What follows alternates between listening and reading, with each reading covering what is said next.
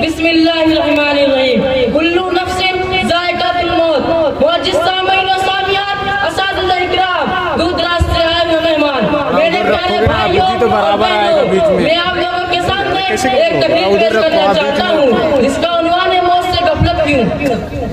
आजादी मौत वहाँ जहाँ घर नहीं होता, आजादी मौत वहाँ जहाँ घर नहीं होता, बहुतों को कफन तक भी मैसर नहीं होता।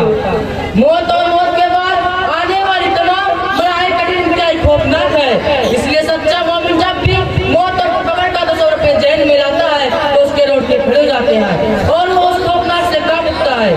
मेरे प्यारे भाइयों और बहनों, मौत एक ऐसा चीज है जिसका आगाज मौत ही से होता है। उसकी पहली मंजिल कब्र है, जहाँ ना दोस्त काम आएगा, ना माँ बाप, ना बेटी बेटा, ना कोई रिश्तेदार काम आएगा।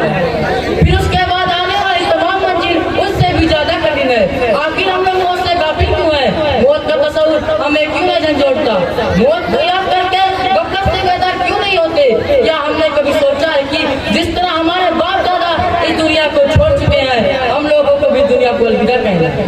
अफसोस, सद अफसोस, हमारे सामने हर वक्त दुनियावी ख्वाहिश की एक लंबी चौड़ी ख्वाहिश रहती है जिसको पूरा करना हमारा मकसद हयात होता है।